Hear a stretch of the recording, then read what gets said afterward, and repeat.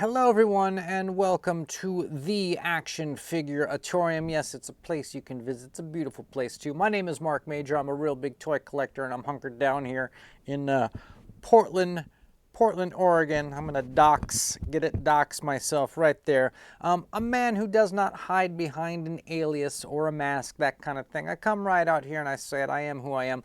And I do a lot of things involving the marketing analysis of action figure Kickstarters. I also talk about some personal hobbies like collecting and kit bashing and photography. Of course, I do run a studio.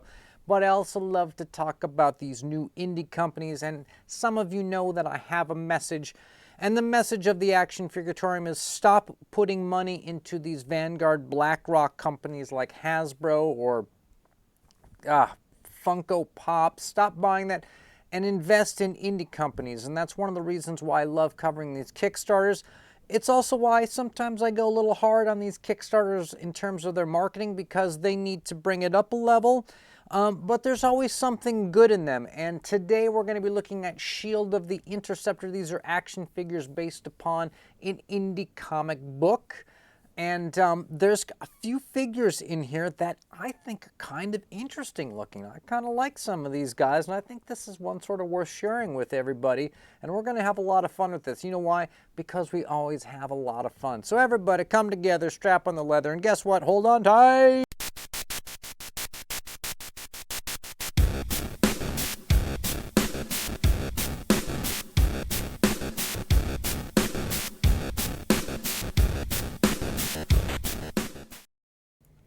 Before we begin, right, I just want to ask a question. Do you guys think with the hat on, am I starting to look more like that dude Mad Hatter from Mad Hatter Reviews? I'm not trying to. It feels like, it must be like when, you know, dudes get old, they all kind of look the same. That's what I'm thinking. So let's switch over, shall we, to the infamous desktop cam. Who wants to go through? Here we go.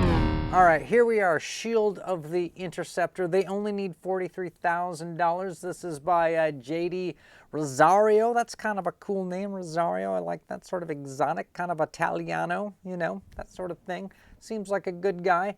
And he's a comic book creator who's been around since, I think, like, I want to say 2008-ish or so. And I always loved the indie guys. There's something about it, and they were real big in the 90s, and let's face it, they're coming back. These other comic book companies, the Marvels, the DCs, they are dying, and this sort of stuff is the future. And the first step is creating a property in a comic book form. The second step, of course, we all know, is making action figures, and that's what this guy's doing. He's got his own line of action figures, doing a little bit of the crowdfund, as it were. We just looked at another one recently. Riot Press was doing their own action figures. Of course, they had, you know, the help of Ramen Toy Company to produce the toys, meaning they are going to get made if it funds. I think that's important to always do a little bit of vetting.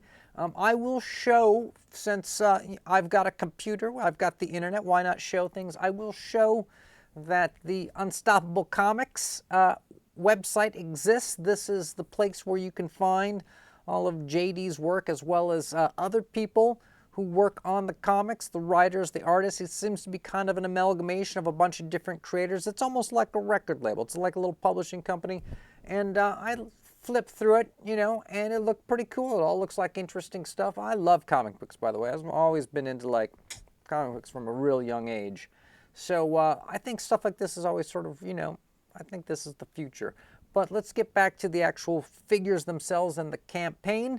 Let's scroll through what we got. Actually, this cat's got a video, and it's only, I think it's only like 50 seconds long. So with that, let's just roll the video, because sometimes their pitch is the best pitch. Here we go.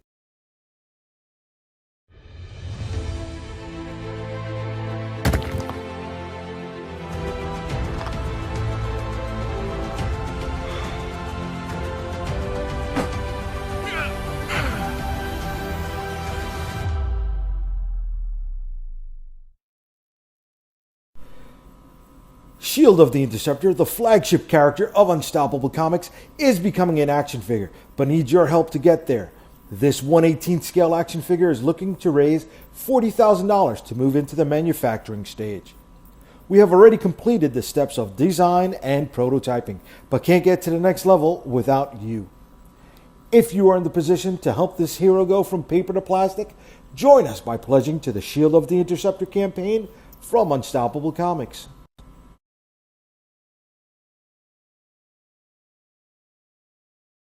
And a blammo. Okay, so there you go. It's a guy with a shield. It's kind of like a Captain America, but I believe he's more of like kind of a Captain United Kingdom, because I saw one of the comic books, he had like the Union Jack behind him, so that's kind of interesting. Here's what we got.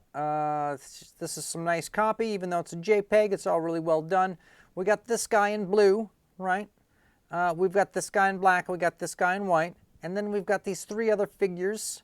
We got these sort of different demon dudes, evil demon trooper. We got the green guys, kind of orc-like. We got the guy with the eyeball head, sort of like the Residents. If you wanted a Residents action figure, this could be your, this could be your jump-off point. And then we got this guy, Neverwolf. He's another sort of red demon dude.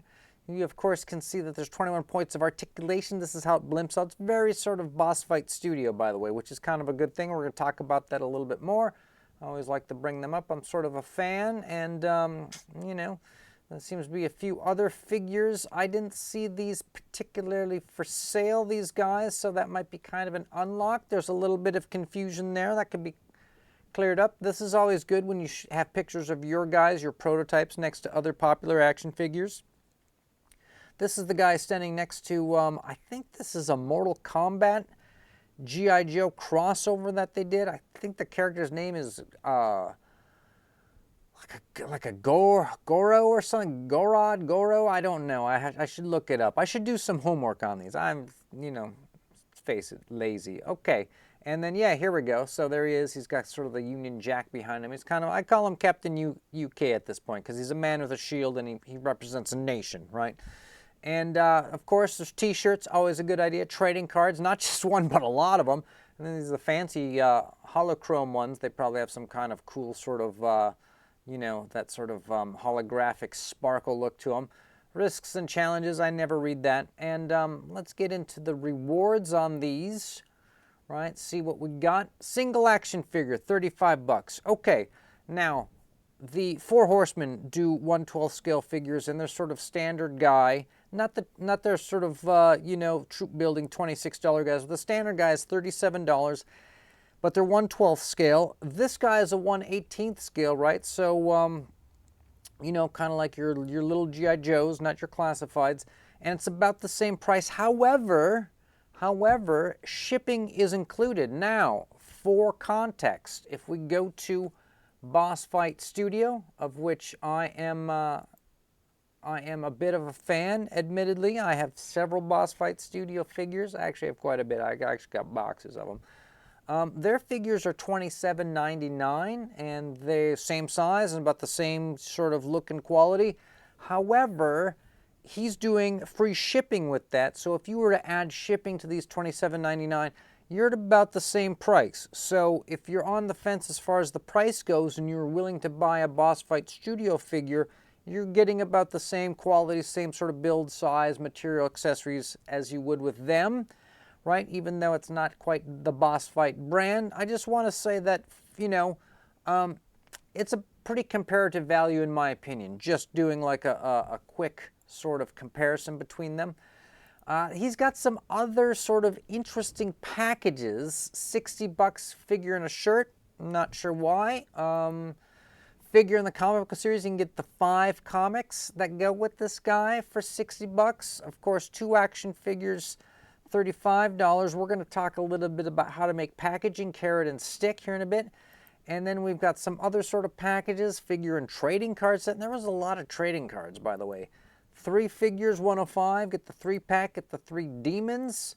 Now we get something called the Mega Collector, where you just sort of a grab bag of everything. And then there's just sort of bigger and bigger packages. Then there's this thing where there's actually 30 figures for $1,050. I think that this is for people who are going to be campaigns that are going to be selling to online toy stores who buy in bulk. Maybe this is the kind of thing that they'll throw down for. I would assume that you would want to make some sort of special one-to-one negotiations with like a Big Bad Toy Store or Nerdzoic or something like that, you know, hella dope toys, and not have them purchased direct like this, but I could be wrong. Maybe that's the way it's done. Remember, I am the dumbest guy in the room always. People can tell me in the comments what's going on. I'm always willing to listen and willing to learn. So, as you know, there are best practices that I, as a marketing cat, like to apply to campaigns. And the first thing is you always, and when I say best practices, this doesn't mean that this isn't going to fund because you're not following the best practices. The best practices is if you want to make a lot of money and have a really big number at the end of it. Things you can do. Because remember, we saw that guy who did the odious 1/12 Bigfoot dude, and he was just one guy, and he just like, hey, I'm a Bigfoot. Check it out. And he needed $100,000, and he hit it. He actually hit it, but not by much. Not by much. And is he ever going to make any more figures? Don't know. We'll see what happens, but you can fund, but he didn't crush it. It didn't knock it out of the park. So with this, you need the three things: the standard, the deluxe, the luxury. Okay? If you do those three things, you will do well. And I always do this thing. You take 4 standard guys, 2 deluxe guys, 1 luxury guy, makes a little pyramid. That's how you price this stuff. Remember, the luxury thing is something that is priced expensive simply for the fact that it is something priced expensive, okay? That's the way it works. And he doesn't have this, right, per se. Doesn't mean it's not going to fund, though. And only looking for $43,000. The other thing for best practices is the wide variety, okay? The more figures you have available, the more SKUs, the more chance there is of somebody seeing something that they like. If they're only going to get 1 figure, right, and out of, you know, say 6 guys, hopefully of the 6 guys there's something there that will snag them. If you only have 1 guy available and it doesn't snag you, well, then you're going to get 0 figures, okay? And similarly, if you could get up to 10, 15, 20, more guys, the more options there are for people, the more people you're going to snag. Also, some people will buy everything. So if you make a lot of stuff, they will buy everything. I'm not one of those guys, but I wish I was, because there's a lot of stuff I would love to just, you know, throw in the bag.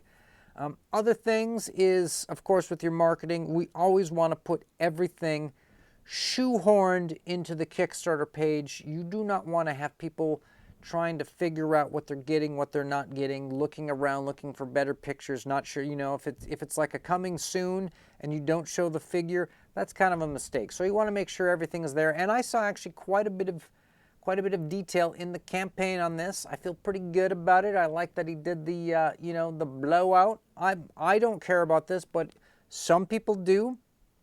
Some people do, so put it up there. Why not? If it makes a sale, put it up there. It's just a JPEG. I like that you got the prototype. I like that you got, you know, so posing. I like that you know, you get to see the figure next to other figures. Really kind of helps sell it, that sort of thing. So other than not having the sort of, you know, something standard, deluxe, luxury, I see a pretty good variety. There's 3 of these cats, you know. If you might think like the guy in the white is the cool one, because he's got the arms, he's sort of buff, he's like, you know, one of those dudes, or maybe he's in the all black suit. Maybe that's what you think is cool, you know. And then these guys, I actually legitimately think that these are pretty fun looking figures. So what can we say essentially about this campaign that that somebody probably hasn't really realized upon? Okay, well, I think it's this, right? This is based upon somebody's indie comic, and of course now after you've published your own indie comic, you want to start doing your own other things, you know, posters and hats and shirts, and of course an action figure. Crowdfunding is a great way to get an action figure made. So ideally, you want to draw from your comic book customers to buy this. You want to get people who are fans of your comic to come to your Kickstarter, and if they love the property, if they love what the comic is about, they will buy the figure, and hopefully they'll buy the figures. Hopefully they'll get everything, okay? So that's a big part of it. If you've already got an existing built-in following, it's a great way to come up with a new product to get people to buy more, right? But there's another flip side. There are people out there who like to buy action figures, they like to collect action figures, and they have different reasons why they buy and collect action figures. In some cases, they collect a certain type of figure and they see this other indie line and a certain thing about it that they think would be interesting in their collection. Now for this, the thing that's interesting is because this is the 3.75 scale, right? So people who are into Marvel Legends, they're already going to pass. Unless they're reading the comic, they don't care. They've checked out. But 3.75 guys are going to stop and they're going to take a look because they're looking for things that can do world building and play nice with their other figures. And these demon dudes, right, Eyebrow especially, but these three demon guys, they go particularly well with fantasy figures. And the guys who do sort of the best 3.75 fantasy figures, as I just showed you, is the Boss Fight Studio. And let me, because I'm a real big toy collector and I have several of these, look at that, check it out, here we go, let's... Okay, so I got the, I just pulled this out of the closet just to show you guys. I've got the Athena. It's kind of their fantasy line, right? So this would be a great character for me to have fighting these guys in like some action figure photography, or maybe I have it on display. It would go really well with it. So I think that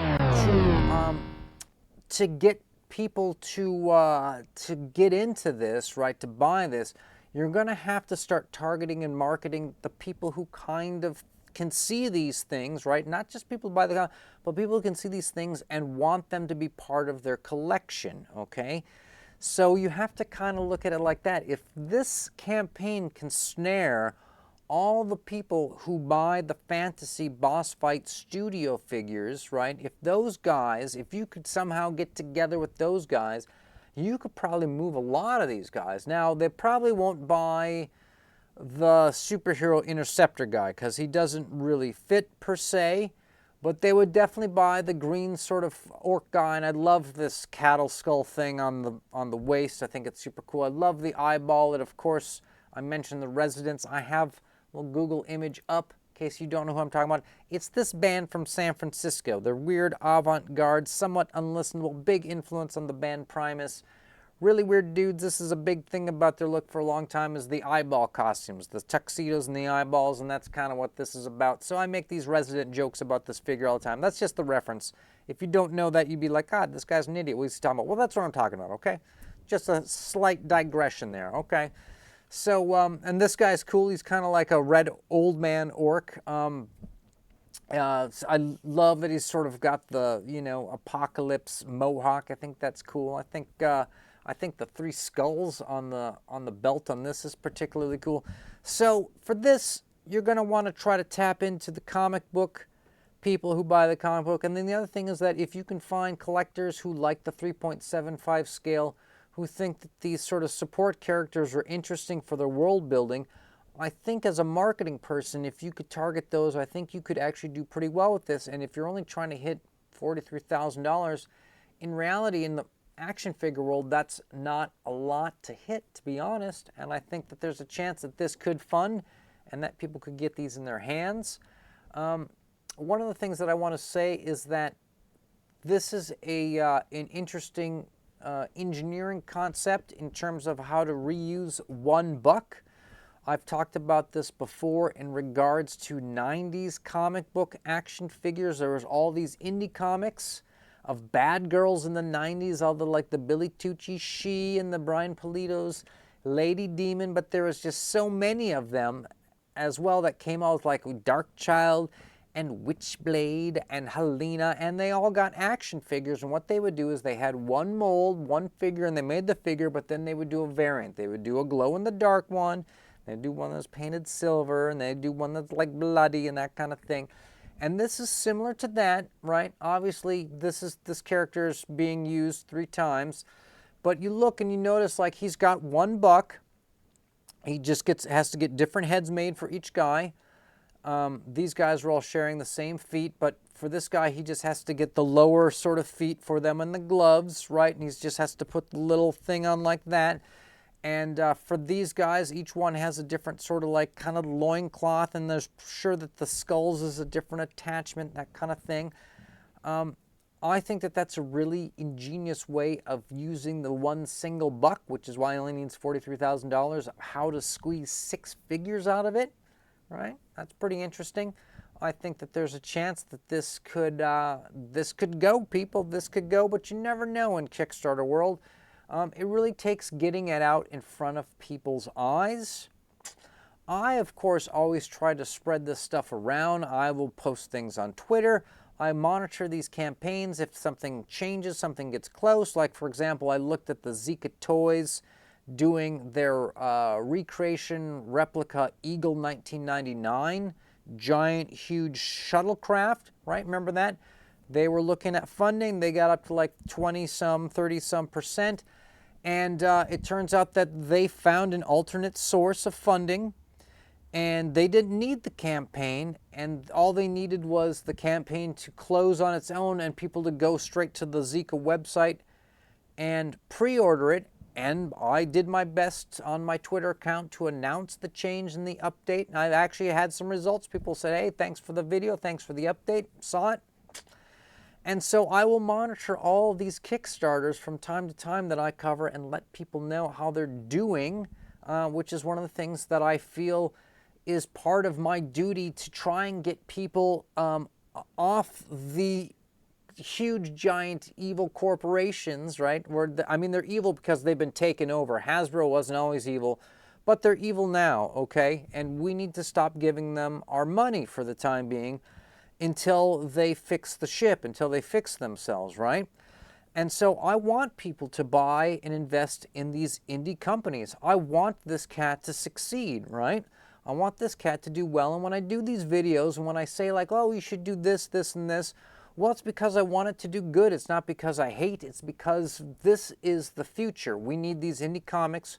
We need these new characters. We need these new figures. We need these new companies to replace the old, decrepit, rotted ones that they have infiltrated and now cursed with their terrible corporate dogma, and get people off of them and get them onto something like this. So, interesting way of using a single buck.